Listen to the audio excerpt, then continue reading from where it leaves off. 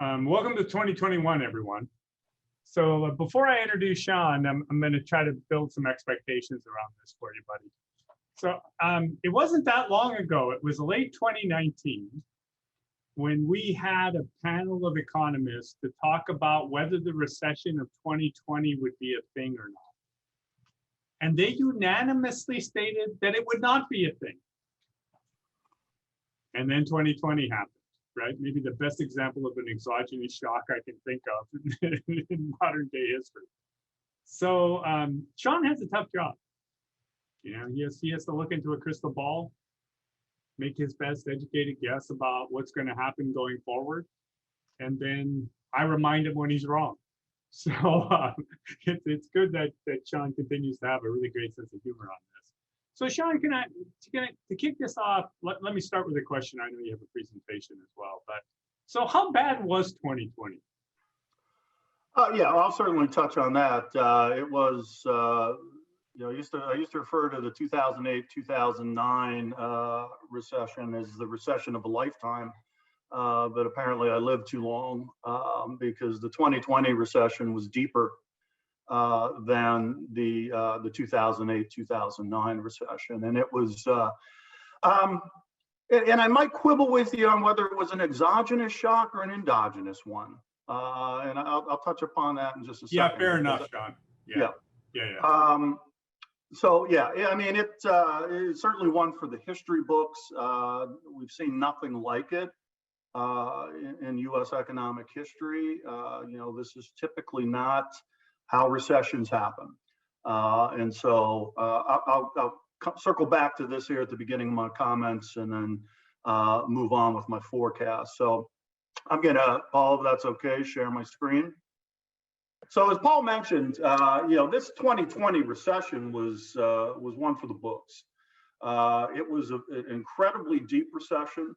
Far deeper than the Great Recession of 2008-2009, and the speed with which we plunged into recession was very, very dramatic and very unlike other recessions that we have experienced in the past. And you know, Paul mentioned the exogenous shock, and you know, in eco speak, that means, you know, something from outside the economy hit the economy. And so, you know, I guess we could call COVID-19 as an exogenous shock, although I wouldn't solely blame COVID-19 for the recession, and certainly not for the depth of the recession. That was more an internal shock, and that was the shutdowns that the government implemented in March and April.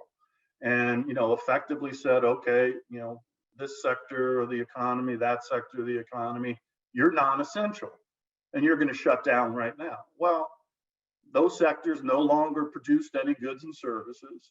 And the output of the economy, GDP, the total amount of goods and services that we produce, plunged. And it plunged immediately and instantaneously. This was not you know, a gradual process. It didn't really generate from within the economy, and when that happens, you know, it's a slow transition into recession. It's not just, you know, turning the lights out and boom, you're in recession instantaneously. And the unusual nature of this, I think, was reflected in the fact that the National Bureau of Economic Research, the NBER, a think tank in Massachusetts, who has a committee that puts dates on the turning points of the business cycle. So, you know, we go through an expansion, we hit a peak, then we go into a recession, we hit the trough, and into the next expansion. And so the business cycle dating committee puts a month and a year on those turning points and those troughs and those peaks. And in doing so, they're defining the beginning and ends of recession.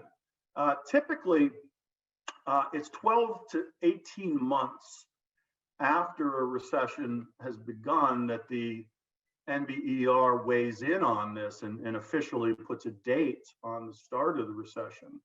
And, you know, that's not solely that economists don't know what's going on, but really a function of wanting to have the data. Much of the data that we see getting released on a weekly or monthly basis about the economy is preliminary, and it is subject to revision over time as more information comes in, and subject to a benchmarking process that changes the data. And so, the dating committee wants to have the final data before making the assignment of the starting point. This time it was 2 months. They weighed in and they said, okay, the expansion reached its peak in February of 2020, which meant that as of March and April, we were in recession. And so the unusual nature of how this recession came about allowed the committee to make a very early call on when it began. Now, they haven't weighed in officially as to the end of this COVID recession. In my mind, that took place in May, perhaps June. And I think all the data that we've seen from that point suggests that, we are in a fairly steep recovery. I've been calling it a bent V-shaped recovery. A V-shaped recovery, suggests that the recession and the recovery are sort of mirror images of one another. But this recovery, while steep, I don't think has been as sharp as the plunge into recession that preceded it. So, that V on the recovery side is not quite as steep as the plunge into recession. So I'm calling it a bent V. It's not been officially declared at this point, but I think it was a pretty short. And in fact, another way that this recession was one for the record books is that it's likely to be the shortest recession in U.S. history. The previous shortest recession was 6 months. So we're looking at a 2, 3, maybe 4. I can't believe that they would declare this a 6-month or longer recession. But this recovery is ongoing.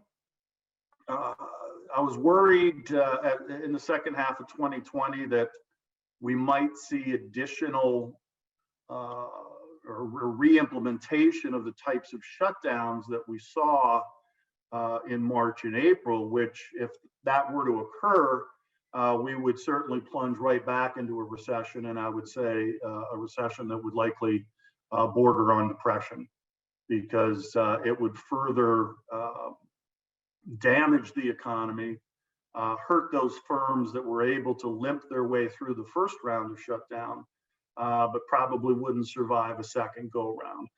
Fortunately, the talk of this is diminished, and it seems unlikely. Certainly in Florida, it seems unlikely, and it seems even some of the hardline states that were holding their lockdowns, still in place, and some parts of the country are starting to backpedal from that as well. So I don't think that's a threat. I think the recovery continues. I think the discovery of the vaccines and the production and administering of these vaccines is a huge hurdle to overcome, particularly for tourism here in the region. And I think that'll be a big boost to that sector as we move through 2021. This is payroll employment for the U.S. economy, and you could see, why the panel of economists that Paul talked to was saying that 2020 didn't look like it was going to be a recession, because quite frankly, we had a lot of momentum at the end of 2019, and even the first couple of months in 2020, January and February, the labor market was in fantastic shape. The unemployment rate was incredibly low, and it wasn't being driven by an unsustainable housing bubble the way the expansion prior to 2008, 2009 was driven. This was just solid across the board growth. And then, of course, lockdowns happened, and you see payrolls just plunge. There was no uncertainty on the employment side of things. Typically, we look at the unemployment rate and the labor market as being lagging indicators of the business cycle, meaning that when the economy goes into recession, the labor market doesn't reflect that for a quarter or two or more. These businesses, they say, oh, we had a bad month, we had a bad quarter, sales were down from the previous quarter. The first instinct isn't, well, let's start laying people off or furlough them. There's a wait and see. And then the evidence builds that this wasn't just a bad quarter. And then those decisions about, layoffs and furloughs start to get made. And, you could see the gradual decline after the 2008, in the 2008-2009 recession. Payrolls fell, but it was sort of a stepwise process. During this recession, it just plunged. I mean, it was very clear. You're telling me I have to shut down my company, I have to lock the doors, I can't produce any goods or services. Well, I don't need employees if that's the case. And so, we saw in a matter of weeks, 38 million people just thrown off of business payrolls in really an unprecedented way. That recovery is ongoing. I think that a lot of the easy gains in terms of the labor market have already been garnered. When the mall is allowed to reopen, suddenly those stores have to rehire people. Did they rehire the same amount of staff that they had back in January and February? No, but a large amount of people were rehired once these shutdowns were lifted. But going forward, it's really going to depend on demand. And as I said, the gains in the labor market are going to be a little more hard fought. I have talked about the federal budget deficit and the cumulative deficits over the years, the federal debt, the national debt. Probably for about 10 years now in our U.S. forecast, I always allocate a paragraph or two to talk about the levels. And it is now well over $27.5 trillion, about 137% of GDP and climbing. The Biden administration was talking about another $2 trillion stimulus, on top of the $2.2 trillion CARES Act during the Trump administration. And then there was a little tiny $600 billion or so package that was passed in between these two. And so this debt is quickly ramping up, and I think we're likely to see $30 trillion before the end of 2021. So this is something that's going to have to be dealt with going forward, and it is on my radar screen. Maybe not many politicians, but you can't run this kind of debt forever, and you can't run it up as quickly as we've had. Greece in 2010, their debt crisis came to a head when the total debt outstanding that the country had was $380 billion total. I mean, we run that up in a few weeks. I mean, that's pocket change here. But given the size of the economy, the ability for Greece to service that debt came into question, and the crisis ensued. And so the debt to GDP ratio in Greece at the time of the crisis was about 185%. And this is analogous, not exactly so, to a debt to income ratio when you go to the bank to try to get a loan. The debt to GDP ratio in the United States is over 134% right now. So we're not at Greece level, but at this rate, we're climbing fast. And as Hemingway wrote in The Sun Also Rises, you go bankrupt two ways: gradually, then suddenly. And we're not going to get a 10-year warning here from global markets that they think U.S. debt is unsustainable. The housing market is unlike 2008, 2009, in particularly good shape. We have the same problem in housing that we did pre-pandemic, and that is there's not enough of it. And so we're going to see building here, at a pretty good pace as we play catch up, from the last expansion. Mortgage rates are incredibly low right now. We'll just look at some Florida housing data here in just a second, but it should be a nice support column for the ongoing recovery. Looking at our projections, I think GDP for the full year will be down 3.5%. I think the fourth quarter data, which we're going to get at the end of this week, will show, maybe 7.5% growth at an annual rate in the fourth quarter. So pretty strong, following a 33% plus rate of growth in the third quarter. And I think, this will carry forward into 2022. Again, have to wait and see what policies are going to be implemented by the new administration, the House and Senate. That could certainly shape this forecast. Not a lot of details in hand at the time this was made. Consumers continue to lead the recovery.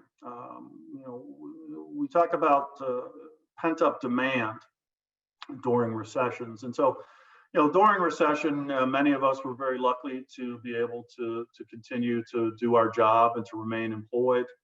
But despite not being impacted financially, during recessions, people pull back on spending. They don't go out and get the new car. They don't, take a trip. They don't redo, the kitchen. They wait and see how the economy is going to fare, what financial markets are going to do.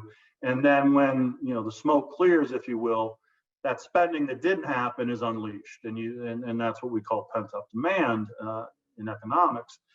In this recession, we have what I've been calling pent-up demand squared, because we have this sort of traditional notion of pent-up demand, but we've also been pent up, quite literally, in our homes with people that we formerly referred to as our loved ones. And the desire, I think, to get out and get back to normalcy, whether it's traveling or just shopping or doing the things we did pre-pandemic, I think adds an extra sort of boost to consumer spending in this recovery. Here in Florida, as I said, we were harder hit, really an unprecedented shock to tourism in Florida.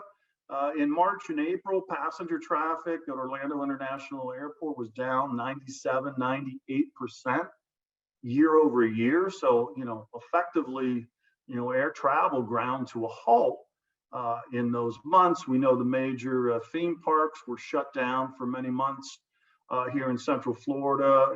Beaches were, a sure way to have a mass casualty event, we were assured. And so, tourism took a huge hit in Florida. And so that impact is showing up here in the 2020 data.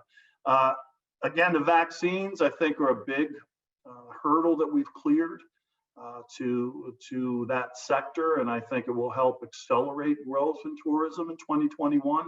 We won't get back to where we were pre-pandemic in 2021. But we'll make a lot of progress out of a very, very deep hole. And so that's good news for Florida's economy, the discovery of these vaccines. And the faster we can get them administered, the better it'll be for our state's recovery. And unlike in the 2008-2009 recession, we talked about housing. That was really at the core of both the national recession and certainly Florida's recession. The collapse of the housing market was an albatross around the neck of Florida's economy for many years after the U.S. economy had exited from recession. And I've said time again, I think Florida did not fully emerge from recession until 2012, even though the national economy came out of recession in June of 2009. We don't have that burden, thankfully, this go around. And so that, I think, is going to allow this recovery, especially given the vaccines, to proceed much more rapidly.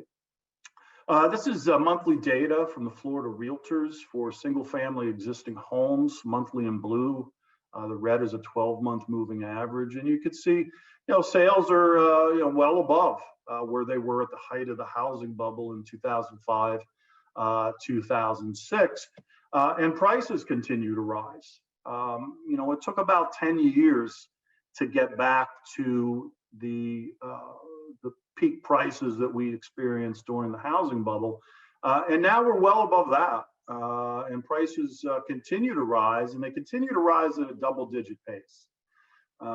This is the November report for single-family existing homes from the Florida Realtors. And you can see sales are up, almost 23% year over year. Median prices up over 14% year over year. Properties are selling like hotcakes, as they say. The time spent on the market down 50% from a year ago, just 19 days to contracting on average from when a home is listed. And then the bottom row, the inventories are down to 2 months worth of supply, down almost 43% from the low levels a year ago. And this really is the problem in Florida's housing market. Those price appreciation at 14% might cause some people to flash back to the housing bubble, because we saw similar sort of, obnoxious rises in home prices during that time as well. But that was fueled largely by easy finance. And we don't have that right now. In fact, during 2020, despite the low rates, historically low rates for mortgages, availability of mortgage credit actually, contracted during 2020. So the buyers here are well qualified. These are not speculators that should have never gotten a loan. And so what we have is what your local realtor would call a seller's market, which your local economic professor would call a shortage in housing. And the bigger the shortage, well, the faster prices rise. And that's where we were back in February. The problem in housing in this cycle is just there's not enough of it right now to meet demand. The same is true and even worse here in Central Florida. You can see prices up 14.5% year over year. Days on the market, 2 weeks, and just 1.7 months worth of inventory in the Orlando metro area. I mean, there's just not enough housing out there. And Florida's economy continues to recover, and population growth continues. I think Florida in 2020 was had the second highest population gains of any state in the country. And so that, that demand continues to grow and continues to be solid. We just need supply to catch up.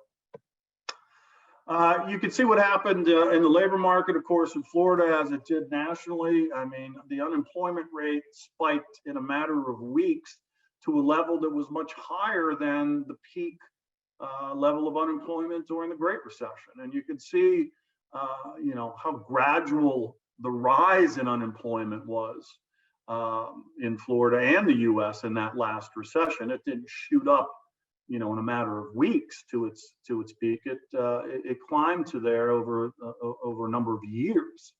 So again, we see that very dramatic labor market behavior during this cycle. Output in the state, gross state product or state GDP, you can see very dramatic swings as well. Swings that make the Great Recession look relatively tame, and we know how, for those of us that lived through it, we know how difficult that was for the state's economy. So tremendous dip, and then a pretty explosive rebound as the economy reopened. Payrolls in Florida as well, plunged when the lockdowns were implemented. I think, the labor market's recovery in aggregate might happen. Total payrolls might get back to pre-pandemic levels by the end of 2021, most likely the beginning of 2022. So the labor market's catch up is a little more prolonged than the catch up in output, and that's because a lot of businesses didn't survive the lockdown. These small salons, resale shops, ice cream, stores. These folks didn't have hordes of cash that were sitting on that they could just use to make it. until the lockdown ended, they still had to pay rent, they still had insurance, they had lease equipment, and they had no revenue. And so those proprietors and their employees, they didn't just go back to the way things were once the lockdowns ended. Things changed dramatically. And so as these folks get reabsorbed into the economy, it's not going to be that quick, instantaneous process we saw at the beginning of the recovery.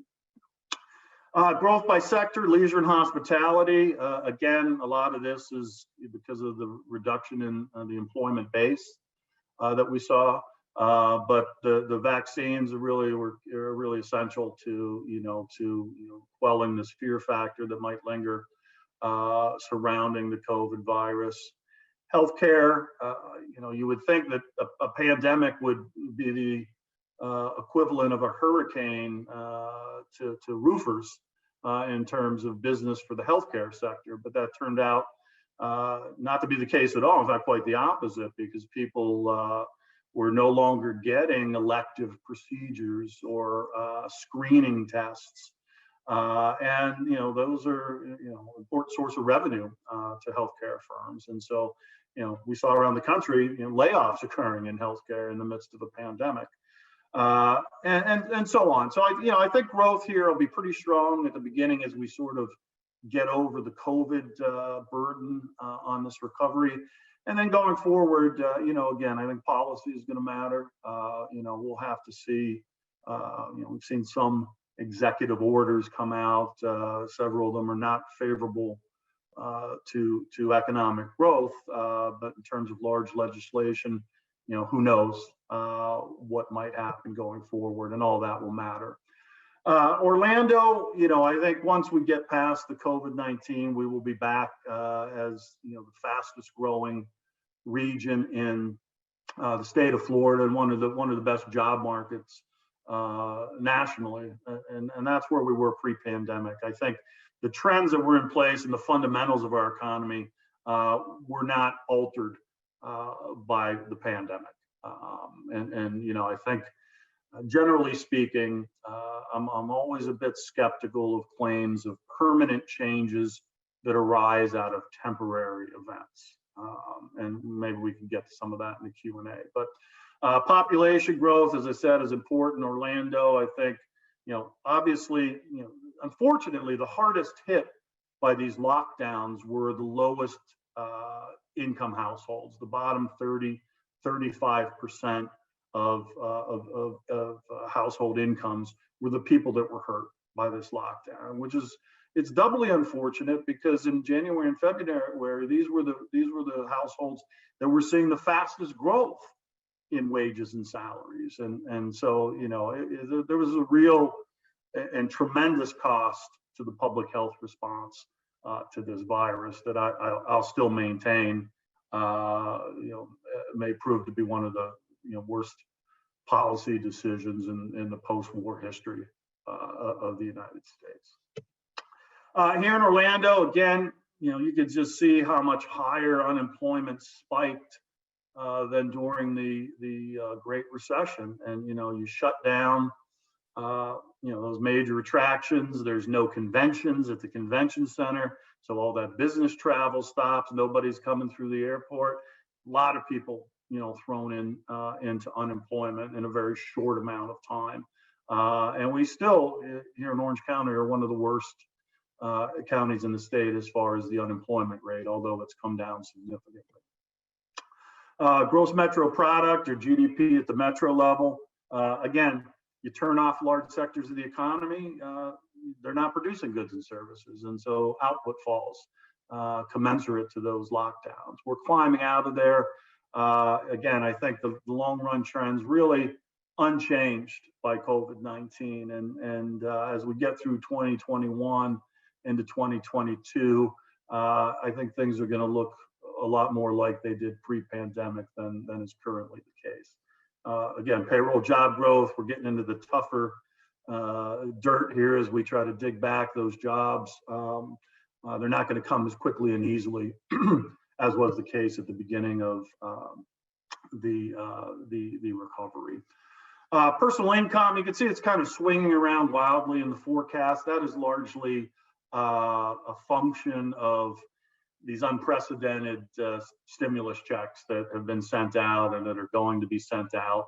Also a function of the extra unemployment insurance payments that the federal government was making. So personal income includes income from all sources, not just wage and salary earnings, but Social Security payments and stimulus payments, welfare payments, unemployment insurance, all sources of income. So this chart shows personal income growth, versus a year ago. So you're seeing some of these wild swings. It's because of these unusual payments, transfer payments that the government made. It's not because wage and salary growth is falling because of the state of the economy, which was the situation you could see back in 08, 09. Growth here in Central Florida over the next 3 years, again, leisure and hospitality. I think, that pent up demand squared is being unleashed. Orlando had the busiest airport in the country over the holiday season. I think much to the surprise of folks at the airport who, I've speaking with over the course of this recession and recovery. At the beginning of it, they thought it might be an 8-year or 10-year recovery to get back to passenger traffic that they saw pre-pandemic. And this holiday season, it was down 42% versus a year ago. I mean, a tremendous drop, but when you think about the fact that it was 98% in March and April, that's a pretty big bounce back. And that's really pre a vaccine. I mean, the vaccine was announced during the holiday season, but nobody had really received it. So I think that's just people, saying, we're traveling. I got to get out of this house, or I'm going to kill somebody. With that, I ran a little longer than I wanted to, but I'll be happy to answer some questions. And our forecasts, as always, are available for download on the Institute for Economic Forecasting website. And I thank you for taking time out of the end of your day to sit in on yet another Zoom meeting. Thank you, Sean. Questions? Paul, I see a question from Bob Dana. Yeah, go ahead, Susan. It says, I've read a lot about a K-shaped recovery. Can you comment about that? I live in Las Vegas and it appears to be occurring here. Yeah, when we're talking about recessions and the end of recessions, we always get into these alphabet soup descriptors. A U-shaped recession recovery, an L-shaped, a W-shaped. And what they're describing is the path that output follows in the economy as we move through the recession and into recovery. So you can't technically have a K-shaped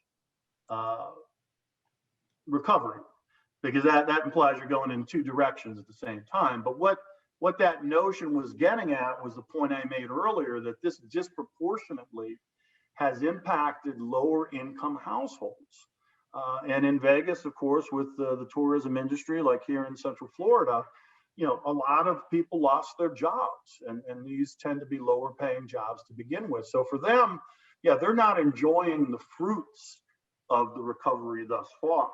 And so that's where this notion of a K, the top 65% is riding this wave up. That bottom 35%, is still on its way down or flattening out. So that's where the K kind of descriptor was put out there. It doesn't really make sense in context of GDP, but it does highlight that there are two different recoveries underway, depending, what type of job, what type of employment you previously had. Great. I'm just going to go ahead and take the questions in the order that we've received them. At what point does the debt level start to impact inflation? Oh, that's a good question. Who asked that? Paul Gregg. Wait a minute. He should be charged for that, Dean. He shouldn't get.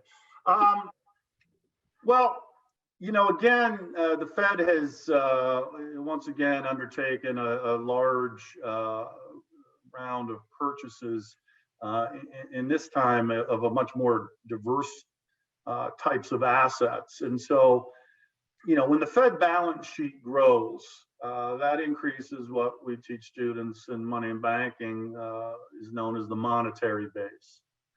And the Fed can manipulate the monetary base to carry out monetary policy, which is, to bring about changes in the money supply and interest rates in the economy.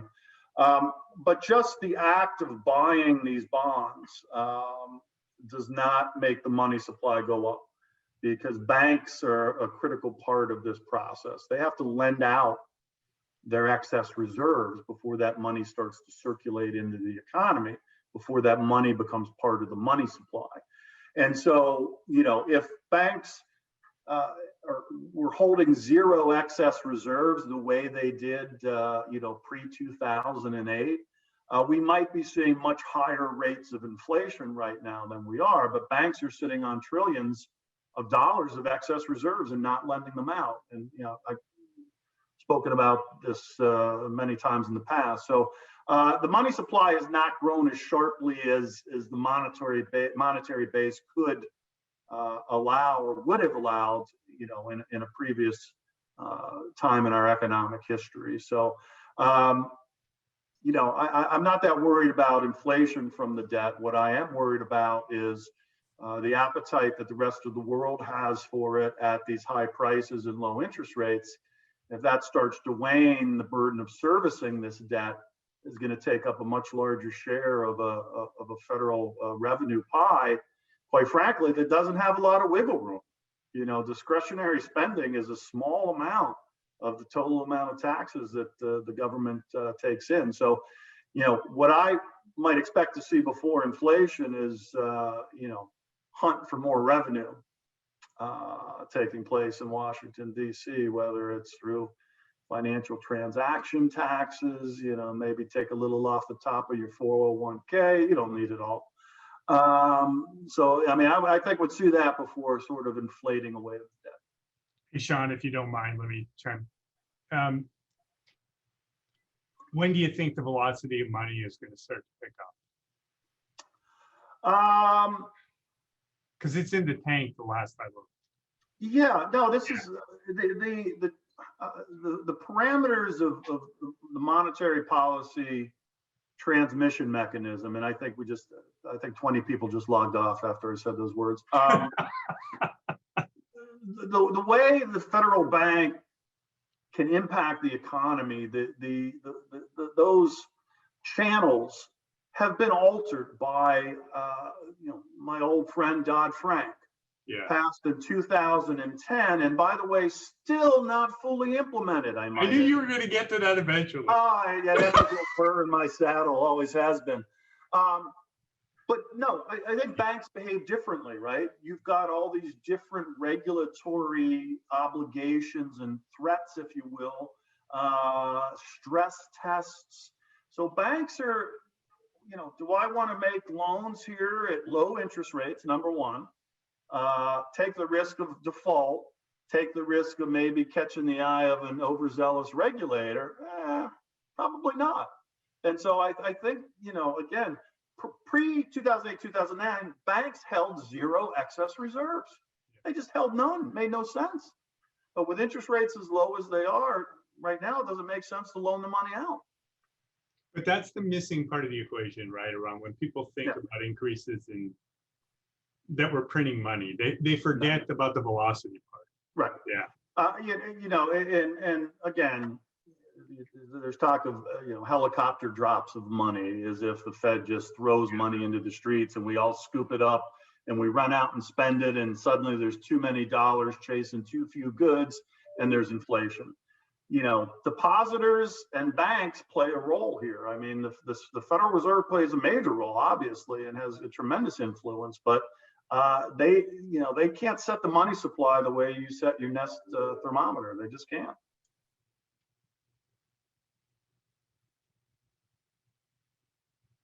All right, bouncing around a little bit, we have a question from Merrill Bailey. With nearly 500,000 people dying in the past year, the wealth transfer to the younger generation should free up some cash that can be spent. Has that been considered in these models? Spoken like a true estate attorney. I was gonna say, man, that's morbid as hell, isn't it? I mean, well, yeah, I mean, there's going to be a large wealth transfer anyway as the baby boom generation ages and dies. The additional mortality of COVID-19, and again, my political party is the skeptics party. I think the data surrounding this whole pandemic is flawed at best. I think there's a real incentive for hospitals to make, if you had one fragment of COVID-19 under your big toenail, they were going to find it while you were in the hospital for your appendectomy. And then they got a 20 grand bonus payment because you're a COVID patient. So I think some of those numbers may have been inflated in terms of death attributable to COVID-19. But yeah, there's going to be that transfer, and the baby boom generation will transfer it. But the generations behind are larger than the baby boom generation. So, sorry, boomers, when you go, things are still going to carry on. There's not going to be this dramatic crash of financial markets. There will be a transfer of wealth. But, I think younger people, whether it's fintech or access to information, are participating at a much younger age in financial markets, than was the case when I was a young person. So I don't see a big shakeup from your morbid reading of the will.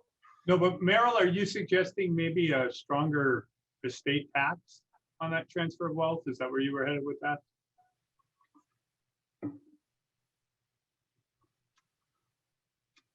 She's on mute. If she's talking. Merrill's never ever on mute. Well, okay. I am muted. Okay. Well, can you use American Sign Language? Okay, go ahead. Only one finger. There we go.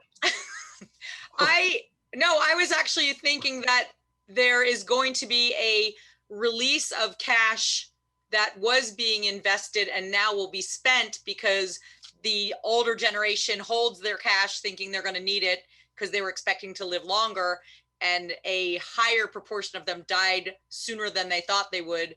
And it will go down to a younger generation that's going to spend it, not invest it. I mean, perhaps to some degree. I'm not so sure it moves the macroeconomic needle all that much. And again, if you look at deaths, the number of excessive deaths from COVID-19 really is not that high. People die all the time for a variety of reasons. And so I think looking at excessive deaths is one way to gauge the impact of COVID-19. And it's just not been a mass casualty event. You would think so, given the way it's been covered. But, I think globally, 2.1 million deaths from COVID-19 on a planet of 8.5 billion. So anyway. Josh Shajalko asked, could we enter a crack boom given the unprecedented expansion of M1? Again, I think it sort of goes back. What, a crack boom? Is that what the question was? Yes. No, again, because it's M1, and I'm going to lose 20 more participants. M1 is a monetary aggregate that includes, the most liquid forms of money, if you will. I mean, money. Oh God, 20 more are going to go. I'm going to stop. But anyway, our behavior as households and individuals can impact these monetary aggregates. So in times of duress or stress or pandemic or financial crisis, people will hold more cash, right? They'll switch out of, other things that are like money, but you can't spend them at a store, into things you can spend in a store to buy groceries and toilet paper and all that. So M1 could shoot up just because people are shuffling their portfolio, and it really has nothing to do with any sort of underlying change in monetary policy stance. So no, I think the boost we're going to see is from us getting out from under this, this COVID cloud, and people getting back to normal as we move through 2021. And then, like I said, we'll see. There's a lot of issues on the horizon. Okay, next question is from Jorge Amaro. With a $15 an hour minimum wage approved in Florida and Biden implementing the same at the federal level, what impact will that have on recovery? Well, I wrote a little section in the Florida forecast last year about Amendment 2, which was the ballot amendment that passed for gradual increase to $15 here in Florida. And so nationally, again, I haven't seen any timetables. I don't know if this will happen. Big problems with minimum wage. One size doesn't fit all. Labor markets are different, within a state, and certainly very much so within the country.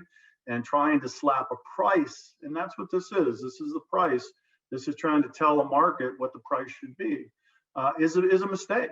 And in that section, which I entitled "Everything I Needed to Learn, Everything I Needed to Know About Florida's Amendment 2," I learned in Publix. And that wasn't just because Publix has been my social life for 9 months, but because of the BOGOs that Publix has, right? Buy one, get one. We're all familiar with them. I'm a huge sucker, I go there, no intention to buy 2 boxes of Little Debbie snack cakes, but doggone it, look what I'm going home with. Thanks, BOGO. But BOGO is just a fancy marketing term to address what's underlying this offering, which is the law of demand. Basically, Publix is lowering the price on those BOGO items to sell more of them. The law of demand is immutable. No constitutional amendment, no law, no president, no Congress, no legislature can change that. And so what these laws do is they raise the price of less skilled labor. And Publix doesn't raise the price of Little Debbie's when they want to sell more, because it would have the opposite effect. And so here we are in a recovery that has disproportionately impacted low wage earners. And what are we doing? We're raising the price of their labor, ensuring that less of it will get purchased. To me, it seems insane. So, I said Amendment 2, it was a bad idea pre-pandemic, policy malpractice post-pandemic. Because when that wage hike hits at the end of 2021, it represents about a 15% increase in the price of low-skilled labor. And there will be a response to it. There will be more an acceleration of touchscreens in fast food. There will be more self-checkout lanes in retail establishments. When you go to hotels, you will not automatically get serviced anymore every day unless you ask for it. And that's one of the things that we saw during the pandemic under the guise, we're trying to keep you safe and clean. Now it'll be, we want to keep you safe and clean and the environment, blah, blah, blah. But in reality, it's a way to save money. I'm not going to have to hire as many housekeepers. They're not going to work as many hours. Some businesses may be able to raise prices to pass along the higher labor costs. Not all businesses have that luxury. So, as I've said over the years, one thing that's often misunderstood in economics is that when you change the rules of the game, you will change the way players play the game. And businesses will respond. This is not manna from heaven that will rain down into the pockets of every minimum wage worker. Some will see less income than they had pre-increases in the minimum wage. Some will lose their job. Some will find it difficult to find that first job, especially young people. I don't know what I could do at $16 that was, 16 years old, that was worth $15 an hour. I mean, it did involve harvesting, some of my organs. But I think the timing's bad. And in general, I think these laws have a lot of unintended consequences and hurt the very people that I think many supporters believe that they're helping. Thank you. All right, we have time for one last question, and that is from Terry McNew.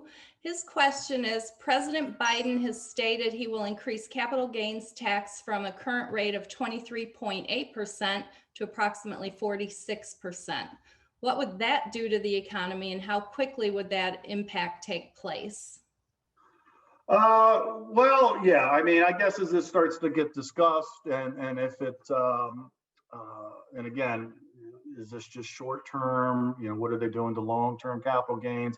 You know, investment advisors will get very busy if any changes to these laws are made. But if it's clear that it's coming, I think you might see, you know, people rushing to lock in capital gains before the higher taxes hit. Again, you know, change the rules, people are going to adjust their behavior. May it generate some additional revenue? Yeah, possibly. But you know, you know, we always think we're socking it to the wealthy, but the wealthy didn't get wealthy by being dumb and by sitting there idly when the rules and the laws are changed. And so, you know, things will be shuffled around again. You know, some of that burden is going to fall well below, you know, the one percenters that, you know, advocates will claim are paying all these higher taxes. All right, well, we are at just about 5 o'clock. Really just want to say thank you, Dr. Snaith. Always humorous, always entertaining, and always full of just great knowledge and nuggets that we can all kind of take away from these. So thank you for your time.